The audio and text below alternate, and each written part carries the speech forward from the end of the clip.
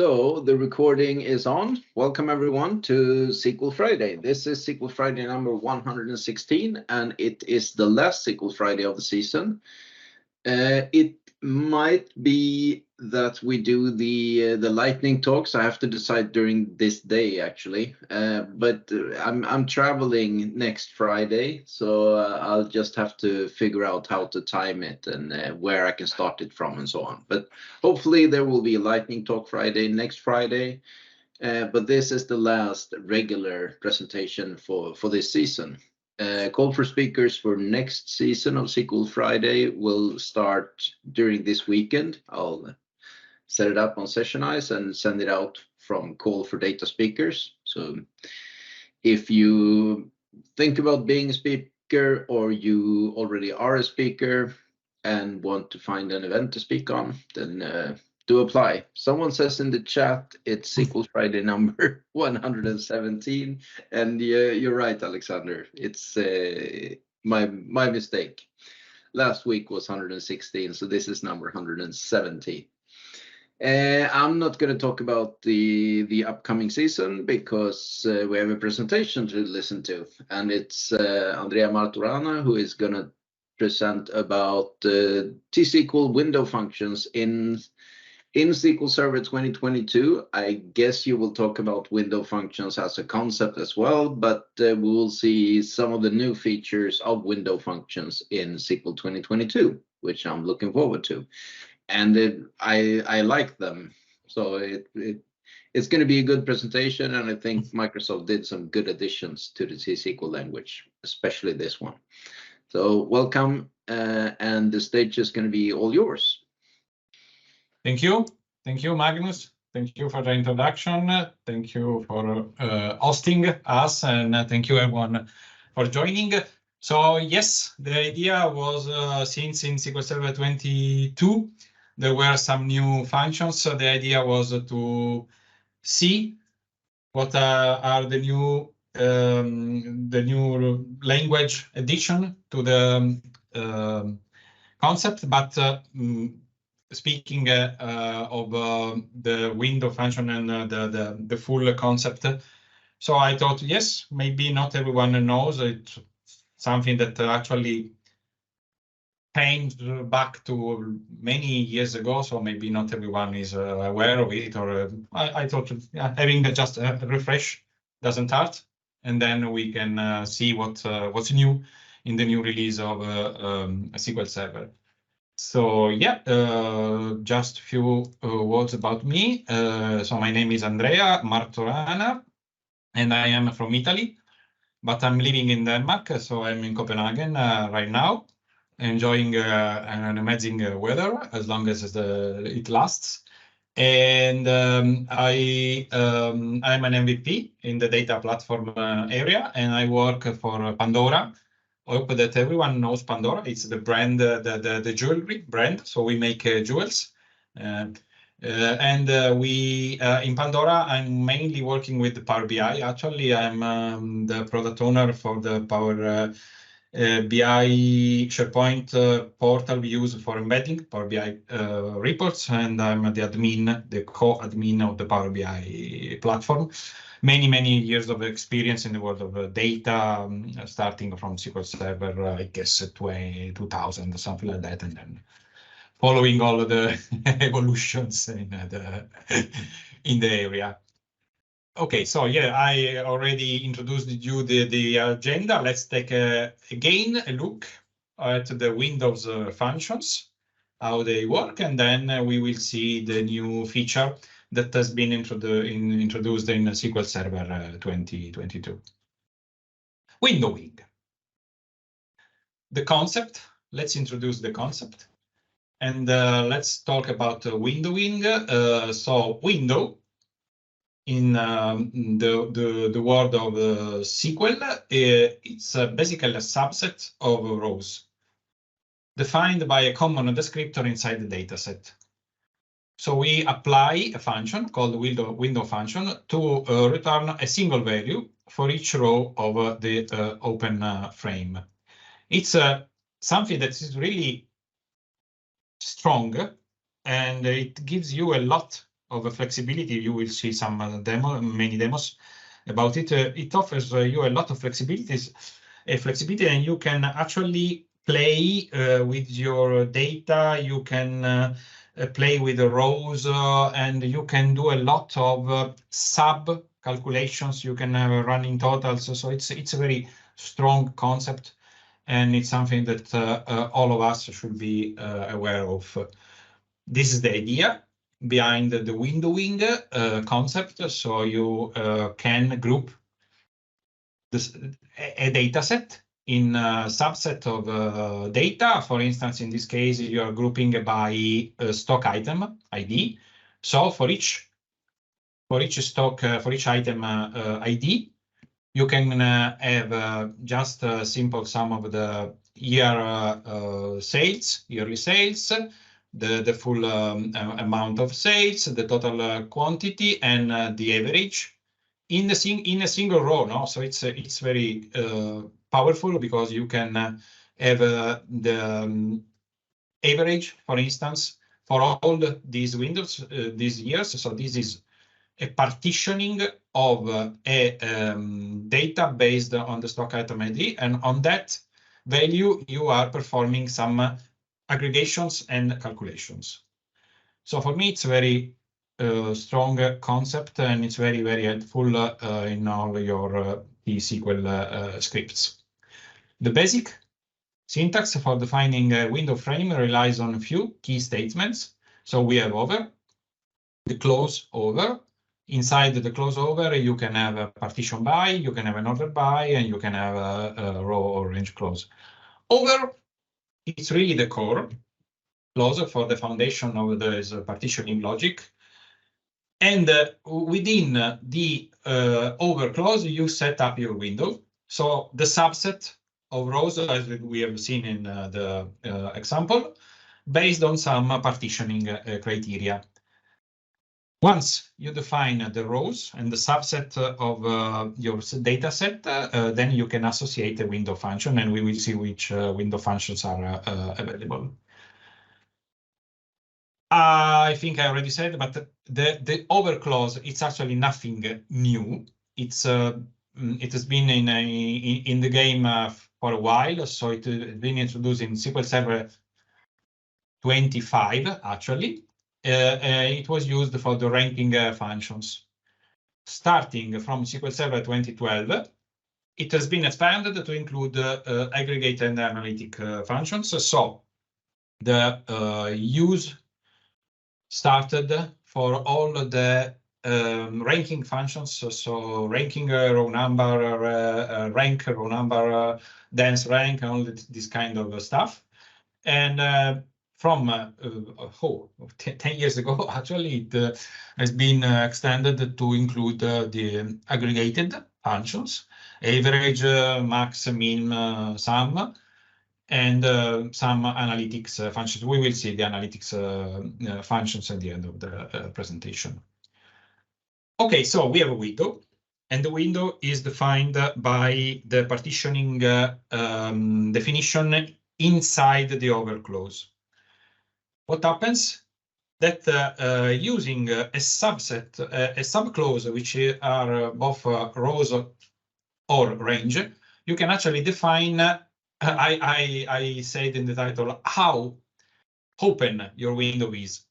You can, you want to see, for instance, the last 6 months of sales for a specific product. You want to see only the previous and the next row. So you want to compare the current month with the previous month sales and the next month sales in your data set, or you want to calculate a running total. So it comes with these rows or range definition. So maybe this concept is not so easy to grasp. I hope, and if there is any question, I'm happy to answer, because with the over clause, you define a sliding, so you define a window, and the window is based, for instance, on your product ID. This is the partitioning set. Then rows and range help you to decide how open this window is. You want to see the last 3 months, you want to see the full year, you want to see some other stuff. There will be samples for that. Rows and range, don't pretend you remember it, you just go and check the checkout documentation. Rows and range come with interval because you have to define where the window starts, where the window ends. So you have to define the start expression and the end expression. Can be unbounded preceding, the window starts in the first row of the partition. Can be preceding or following, so you say, give me 3 months of sales, so just go from the current row, just go up 3 months, or just start in the current row, and end the same, and unbounded following at the end of the partition, and 3 rows below the current row, or just end in the current row. Okay, again, this is syntax. Just go and check out the documentation. This is important. If you don't indicate a window frame close, the default is range. So be aware of it. The default is range, and it's range between unbounded preceding and current row.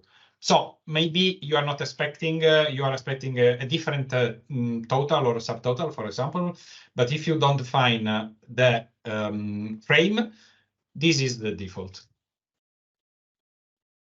Rows limits the rows within a partition, specifying a fixed number of rows, preceding or following, and range includes all the rows, and this is specific to T-SQL, I believe. So the standard SQL ANSI, I guess, works in a different way. The range clause includes all the rows within the partition that have the same order by values. With rows, commonly said, you define a window frame on a physical level. With range, you define a window frame on a logical level. So let's try to understand, because I understand if this concept is new, probably it's a bit confusing. So let's see how it works. And again, we have a demo, so no worries. It's not just me talking. This is the row. So you have an over clause, and you are defining partition by customer name. So you have a customer name, and you are ordering sorting by year and month for the customer name. This is the current row. When you use the rows clause inside your over definition, this is what happens if you say start, for instance, from current. This is current row. This is the full set of rows, because this is unbounded preceding, unbounded following. So the full partition defined by the customer name. But if you say 6 precedings, you are fetching all the rows from the current row up to 6, or for following all the rows from 4 rows following. So you can actually define you partition by customer name, but inside the partition you define how open your window is. So just give me from the current row 6 rows preceding and end in the current row, because I want to see the last 6 months of sales for that customer, for instance. Or the other way around, just show me how it's going in the next 4 months, because I did something, so I expected an increase or whatever. That was rows. This is range. Range, we said it's a bit different because it's defined by the partition is coming from the order by clause. So what is defined in the order by clause inside your over?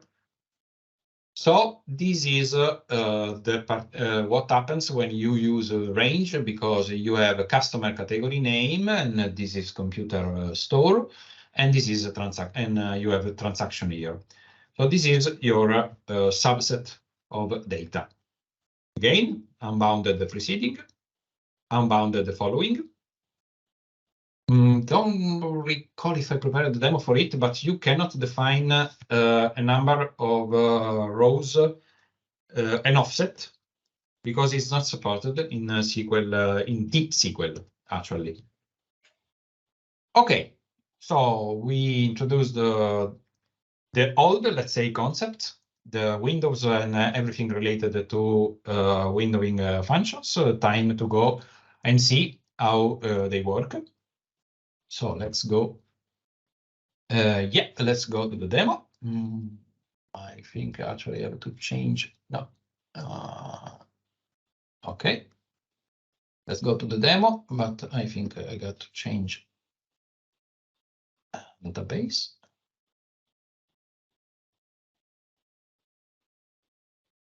I took the wrong one. Database engine. Let's connect to SQL Server 2022. Okay. I need to change connection as well here.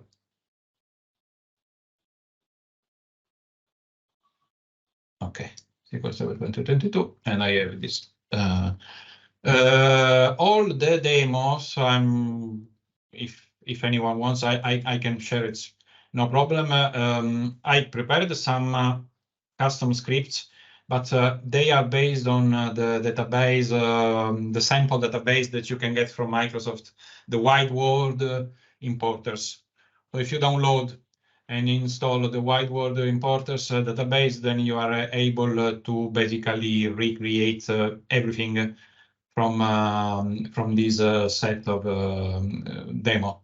So if you want, I can share. I created my own database called grouping window, but it's just a subset of database of the tables and views from the wide world importers. Okay, so sample, and let me actually run the zoom it before sample. Zoom it.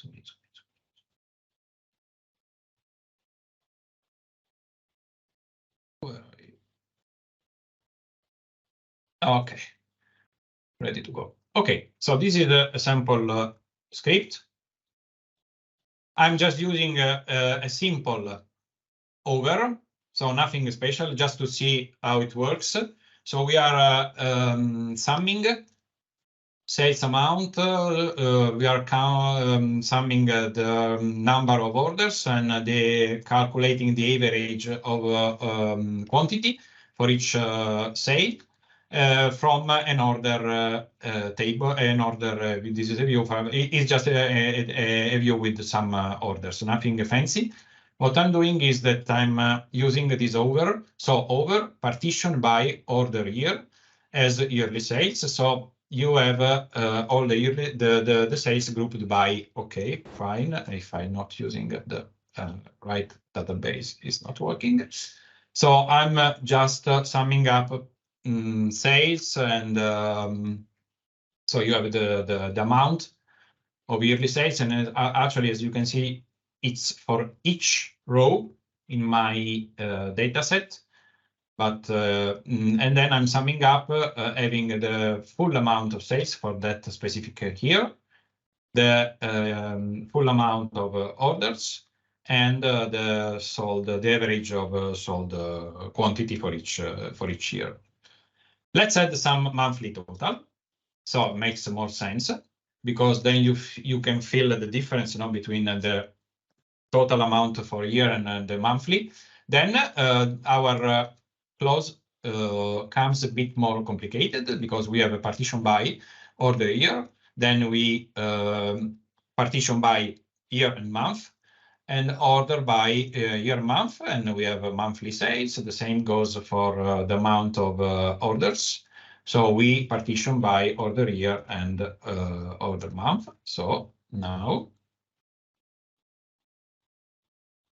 we have the number of monthly sales, the number of monthly, the amount of monthly sales, the number of monthly orders, but in the same row, you actually have the amount of yearly sales and the amount of yearly orders. So it's maybe it's helpful because you can have everything on end. So you see both how the month went, but you can also compare to the full amount of yearly sales. And if you want, you can also calculate the percentage on it. I didn't, but if you go and just create, you can combine two over clauses in the same field, and you can have a percentage, no?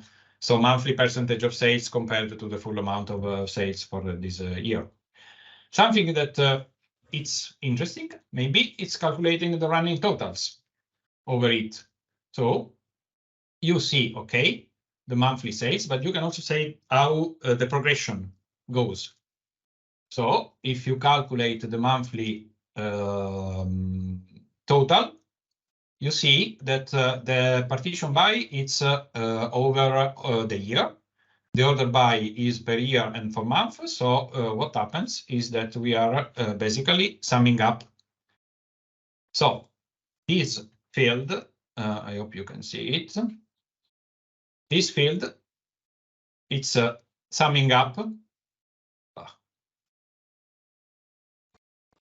I don't know if I can. Okay, so this field is summing up all the monthly sales. So for instance, this month, it's the sum of these 2 months. Then March is the sum of the 3 months, and so on and so forth. Okay, so you are making running totals. So you are calculating the amount of totals summing up for each month. So you have the feeling of the progression, and the same goes for running orders. And yeah, that's it. So you have the feeling on of the progression, how the sales are going, and you can also compare if you want, but that was basically for showing you that you can group by the year. You can also group by the single month. So in the same row, no, you can have a grouping for year, grouping for the specific month, but you can also pile up the amount of sales at that point. For each month, you know the amount of sales up to that specific month. So you can play with these different conditions. And that was for understanding how the over clause works. Now we are making things a bit more complicated because we introduce the rows and partitioning windows. So we were working on a full window, and the window was defined by the year in the previous case. Now let's see what kind of definitions we want to have. So we have again at the end the sum of monthly orders. Okay, sum of yes, because I tied all of them together. So we have order by, this is again monthly sales. Order by, not order, partition by order year of the month, order by order year of the month. This is monthly sales.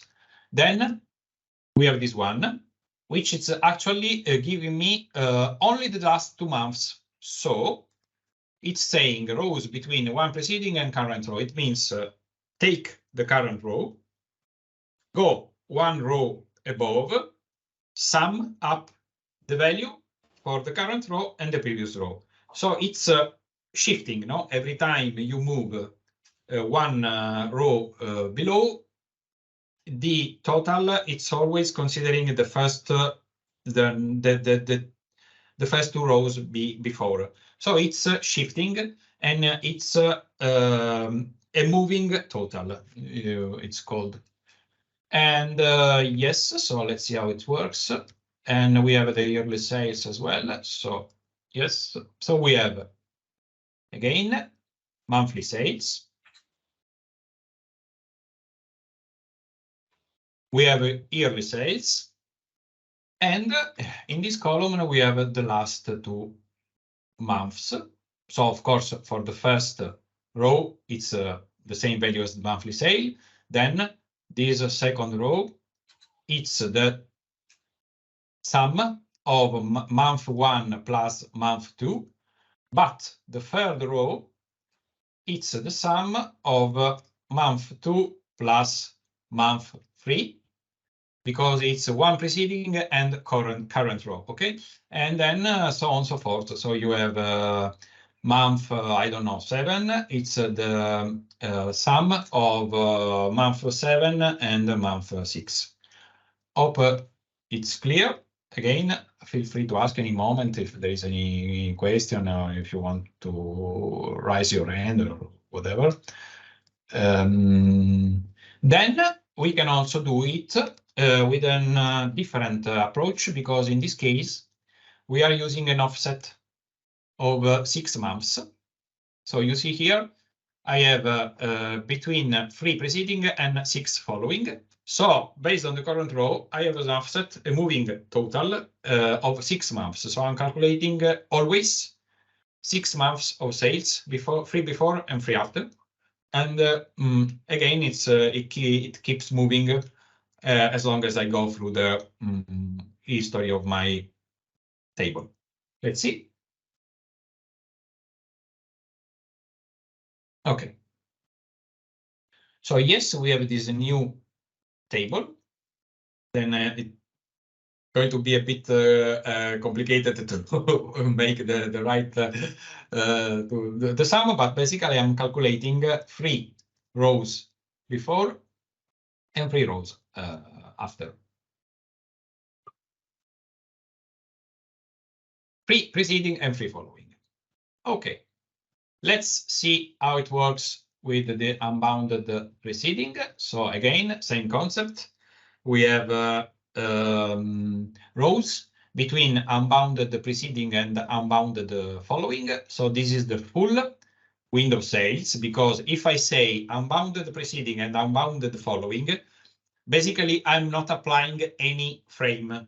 So I'm actually expecting that this value should match the yearly sales. Okay?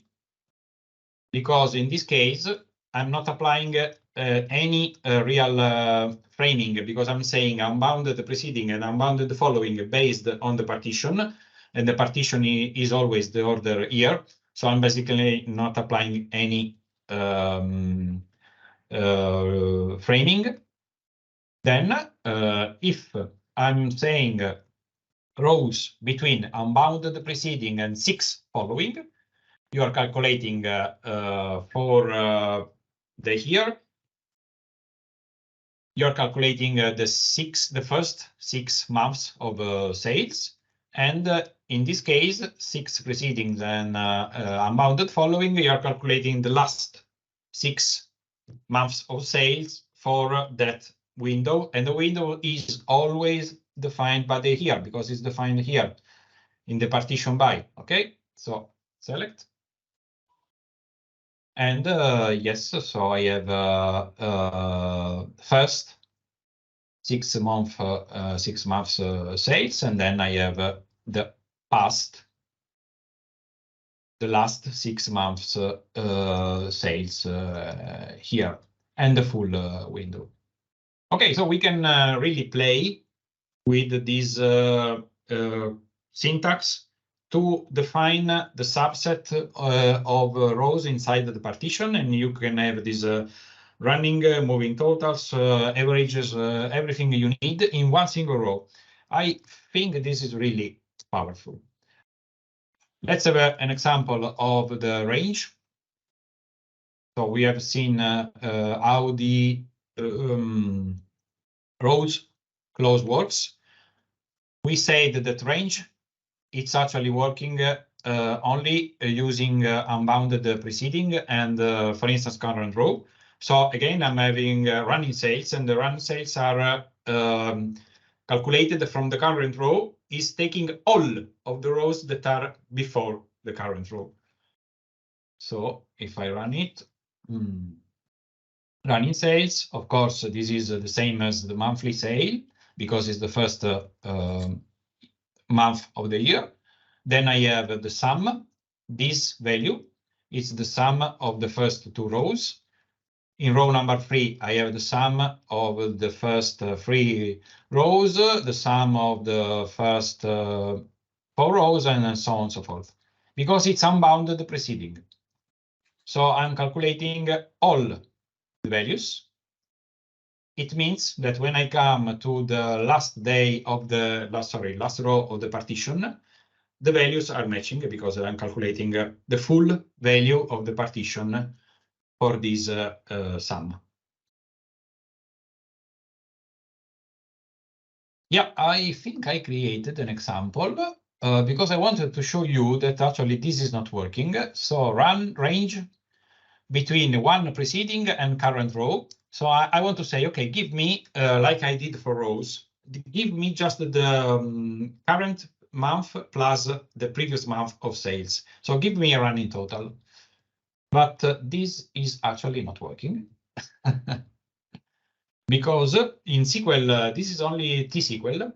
T-SQL, it's only supported with unbounded and current row, so you cannot define an offset for the range clause.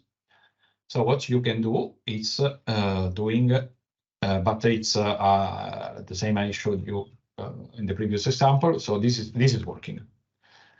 Unbounded preceding and current row. Between one preceding, so an offset definition in the range clause doesn't work. Just for you to understand that this is something not supported in T-SQL. But I think it's supported as a standard clause in ANSI SQL. Okay. Maybe since we are shifting to the new topic, maybe we can see if we can pause and see if there is any question so far. Anyone wants to ask anything, and then we move to the new syntax. Yeah. So if you participants, if you have questions, type in the chat, or as Andrea said, raise your hand. We're all friends, so we can use the speakers.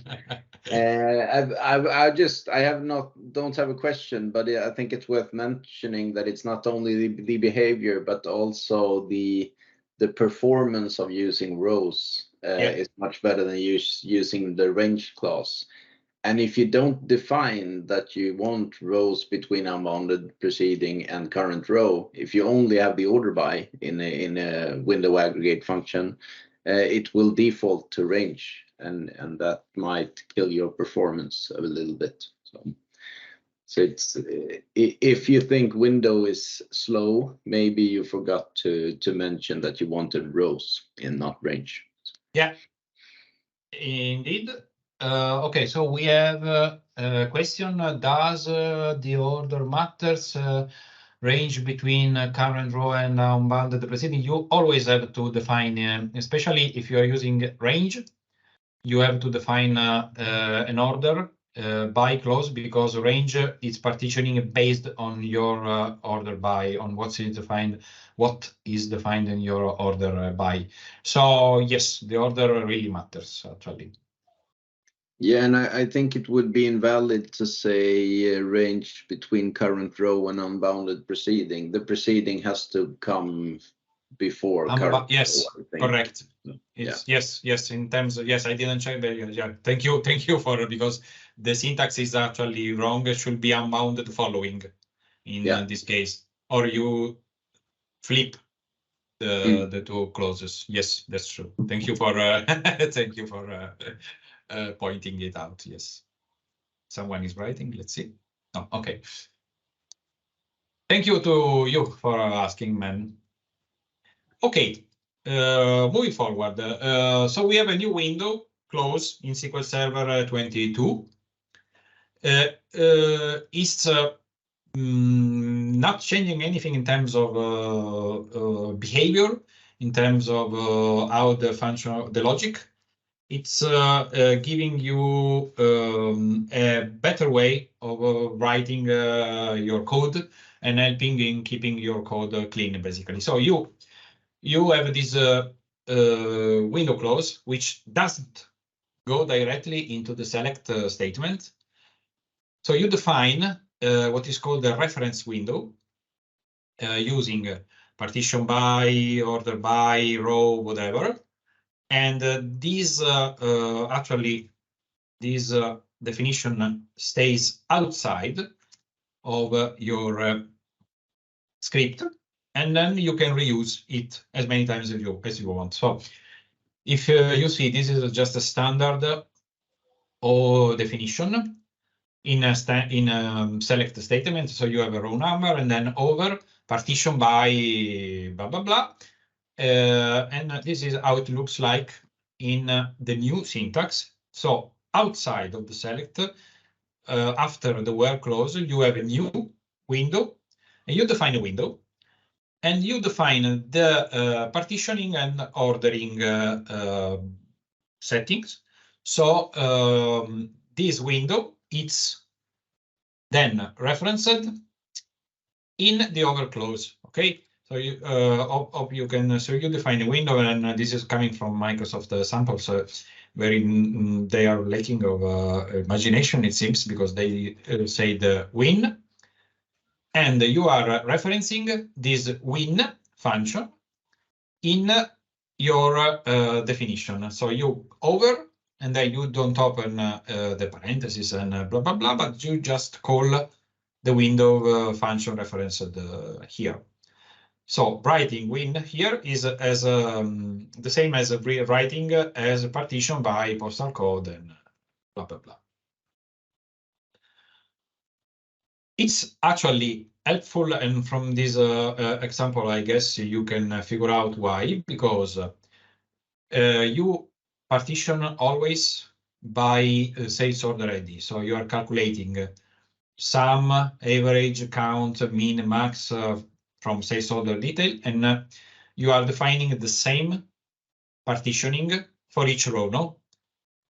But if you go here and you define partition by win sales order ID, you define it only once, and then you can recall this definition as many times as you want inside your code. So it helps really to define only once, and to keep your code cleaner and easier to read, easier to debug, because then if you have to troubleshoot or to debug, there is only one point where you have the definition of the window function. It requires a SQL Server 2022. So be aware of it, because it's just a new clause in SQL Server, in this new release of SQL Server. Okay, so let's see how the window function works. This one. Okay, so we have exactly the same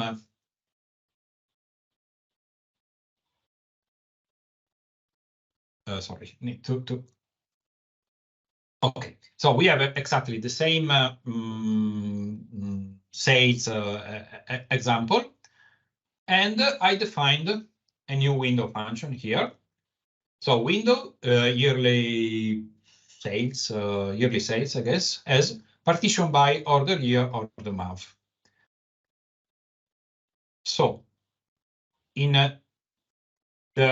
these three rows, I'm just calling all the syntax, let's say, so just defining over partition by directly into the row. I'm doing exactly the same stuff here, but calling the window that I defined here. So this is defined only once, and you can reuse in the code as many times as you want.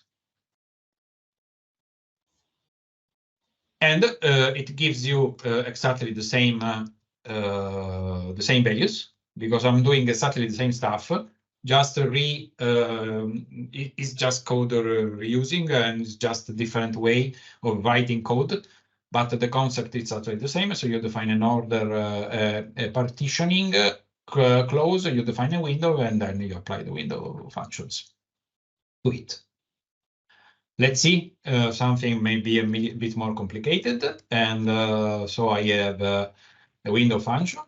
I define the three window functions here, actually.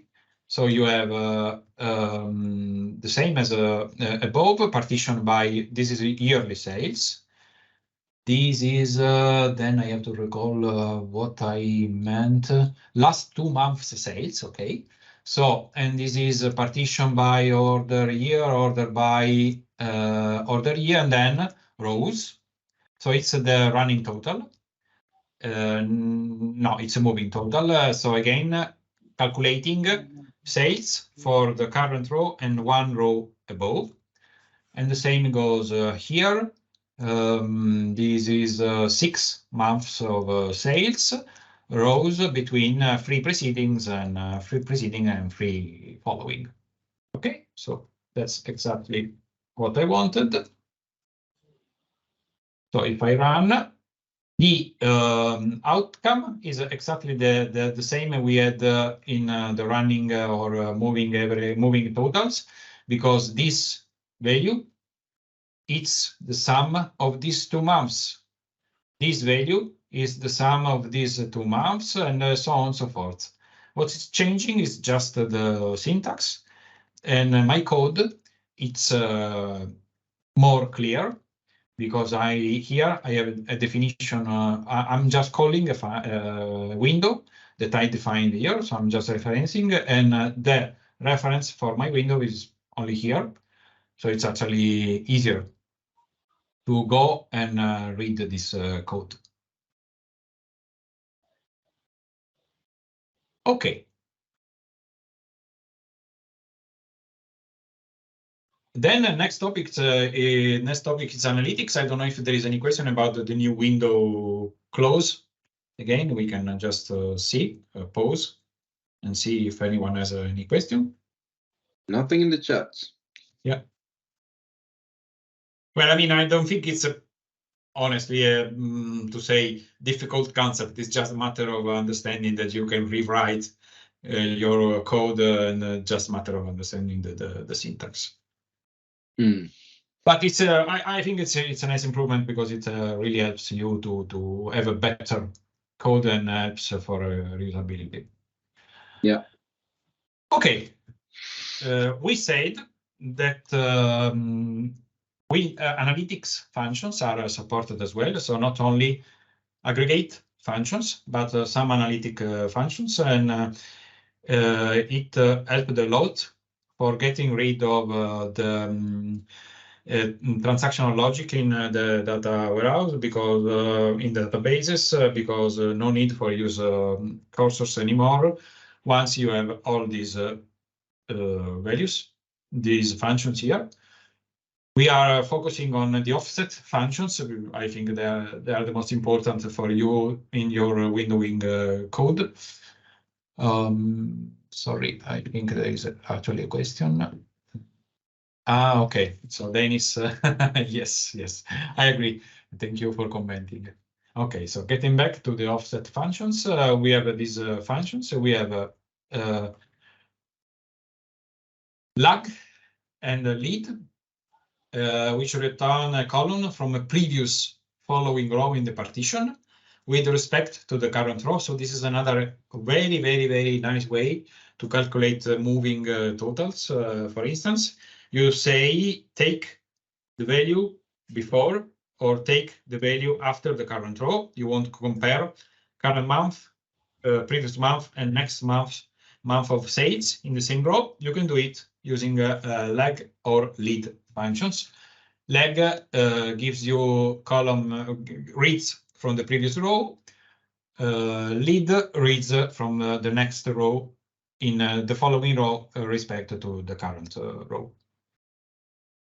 First value, last value are returning the first or the last value into your ordered frame.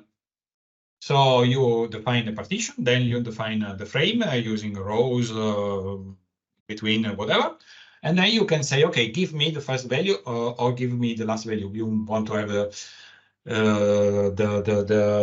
I don't know, you want to compare all the sales with the most, with the month where you had the highest number of sales, or you rank the highest, whatever, something like that. So demo for these functions, lag and lead. We said using leg, we are returning a value from the previous row.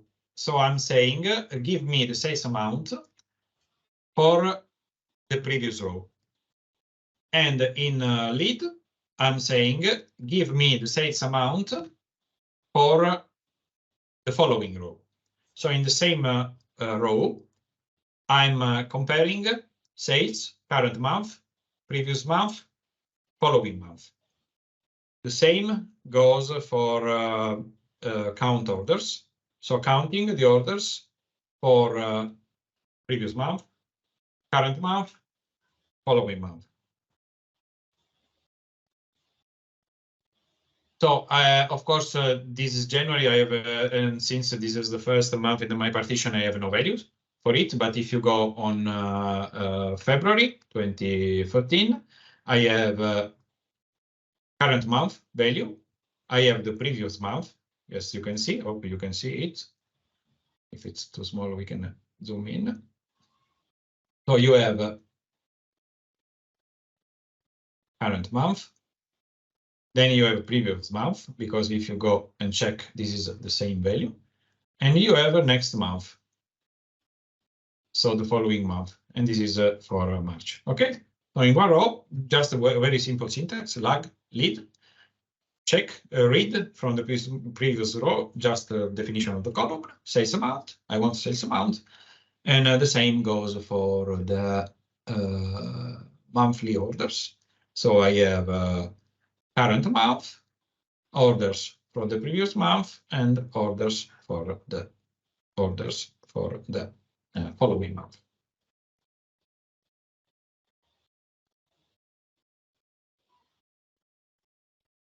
Okay, this is what we run. First value, last value. So first value, I'm asking to give me the top monthly sales. So for which month I had the most, the highest amount of sales, and I'm comparing with the current month.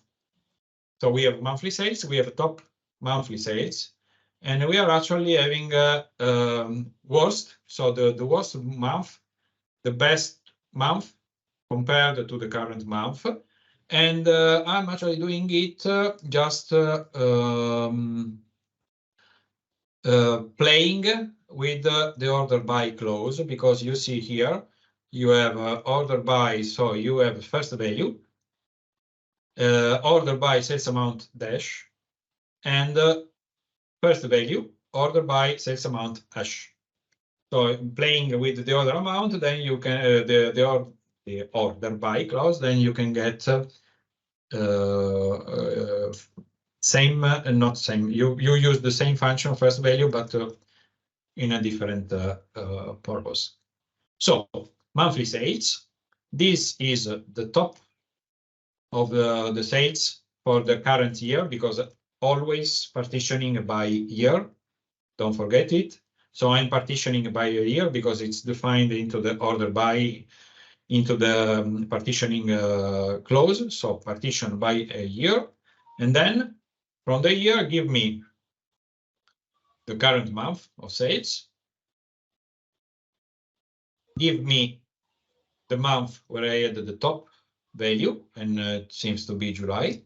And the month where I had the worst value seems to be August, probably. Okay, so in this window, give me the first value and show me, so I can compare again in the same row. And I think I also have yes, I have an example for the last value. Is just reading from my sales amount. This is the total sales amount, no order by year in this case. So just give me the worst month of my sales and sort by basically the last value.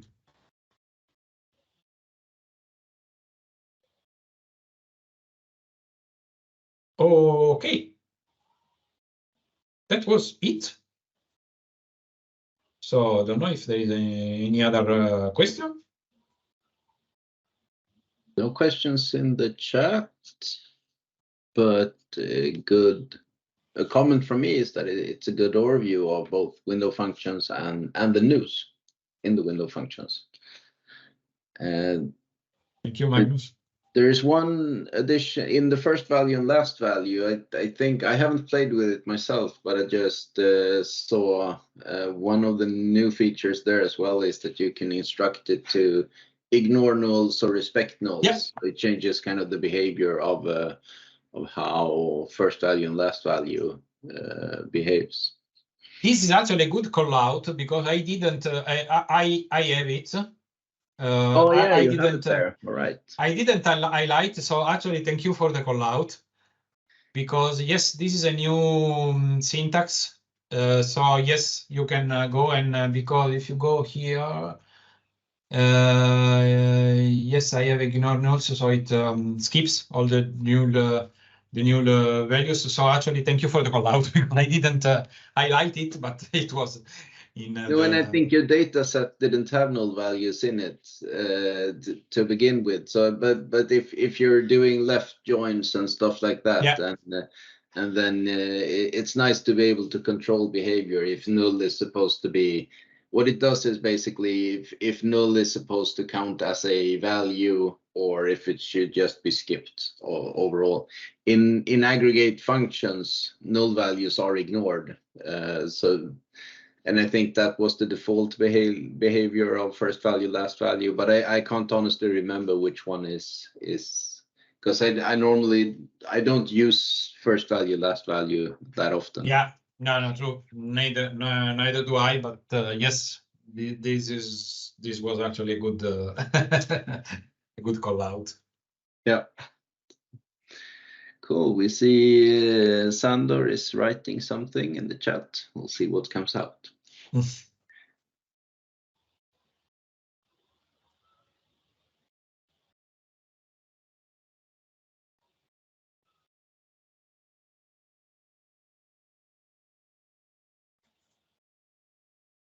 We have 2 people writing now. Okay, let's see. It's exciting because you just see the dots and you think it's going to be like there. Can ignore nulls be used for other window functions?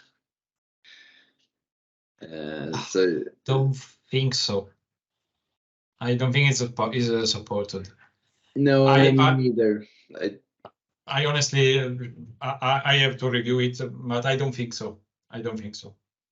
Yeah, I reviewed when preparing this speech, but it's only I stepped into only for the last value and first value. I don't think so. Yeah, and I think I mean if I tried to think about what other functions would there be, you'd have the ranking functions where they have to be counted because you have to give a rank to every row. So then they have to be there in a way. And in the aggregate functions, it's kind of as defined in the standard. Null values are not supposed to be.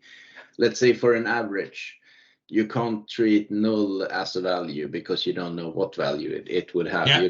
So then it has to be ignored. So I think it's only first value, last value where it actually makes sense to include the ignore nulls or respect nulls clause. So I think you're right. I only think looking at the release notes, it only mentions first value and last value as a change in the behavior. I think so, yeah. But I think being able to define the window clause on its own, that in itself is a huge change to, I think, mostly for quality, because the number of errors, at least I've done, when I have like a complex query with many overclauses and you want to change the window, you want to have a rolling average or a moving average or something and change one of them or change all of them. It's so easy to make a mistake, and it's quite hard to see where you made that mistake. And if you don't really know the numbers by heart, it's hard to see in the result set as well if you made a mistake or not. And I mean, it's mostly used for decision making, and it's nice if the if the facts are correct when you make decisions based on them. That helps.